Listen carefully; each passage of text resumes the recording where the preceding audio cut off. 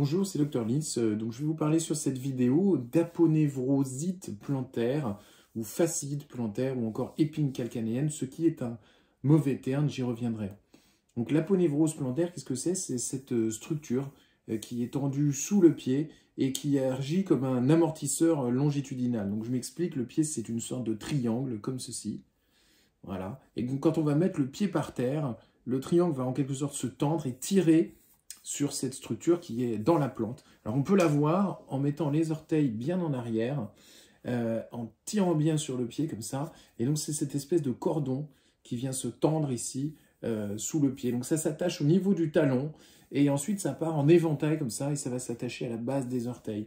Et des fois ça fait mal ici, à l'insertion sur le talon, et c'est ça qu'on appelle l'épine calcanéenne. Alors pourquoi épine? Parce que à la longue, à force d'être inflammatoire, cette zone va en quelque sorte transformer le tendon en os et faire une petite image d'épine.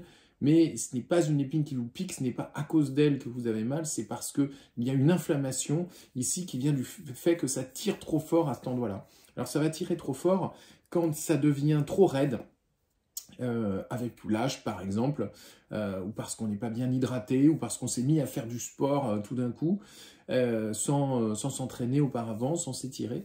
Voilà. Alors le principe du traitement, il est essentiellement basé sur la kinésithérapie, donc je vous renvoie quand même à votre kinésithérapeute qui est le professionnel de référence là-dessus.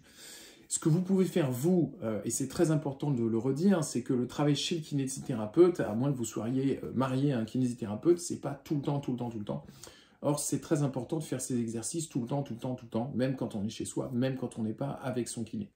Et donc, ce qu'il faut faire, c'est essayer de détendre cette structure et aussi de remuscler son pied, parce qu'en fait, pour éviter de tirer trop fort sur cette espèce de peau qui agit comme un étai sous le pied, il faut essayer de contracter ces muscles qui vont agir comme un espèce de ressort de rappel. Donc pour détendre cette aponévrose, on met la cheville, les orteils en arrière et on va venir masser comme ça tout le long de cette aponévrose, en travers, dans le sens de l'aponévrose également. On va essayer de faire des palpés roulés, on va essayer de décoller la peau, parce que des fois il peut y avoir des adhérences, il peut y avoir des nodules dessous. C'est ce qu'on appelle la maladie de Lederhose ou fibromatose plantaire. Et donc on va masser et on va essayer de trouver le point le plus sensible et on va vraiment appuyer en profondeur. Et quand ça fait mal, toujours pareil, on se détend, on souffle bien et on attend que cette douleur passe un petit peu avant de relâcher, remasser et refaire un petit exercice. Alors c'est pas la peine de passer une demi-heure à faire ça à chaque fois, il faut le faire une fois, deux fois et puis passer à autre chose parce que l'intérêt c'est de le répéter souvent dans la journée et de faire ça tous les jours. Donc si à chaque fois vous en avez pour une demi-heure, ça va vous démotiver, vous décourager. Et puis ensuite, donc, on va muscler ses orteils, on va muscler les muscles de la voûte plantaire.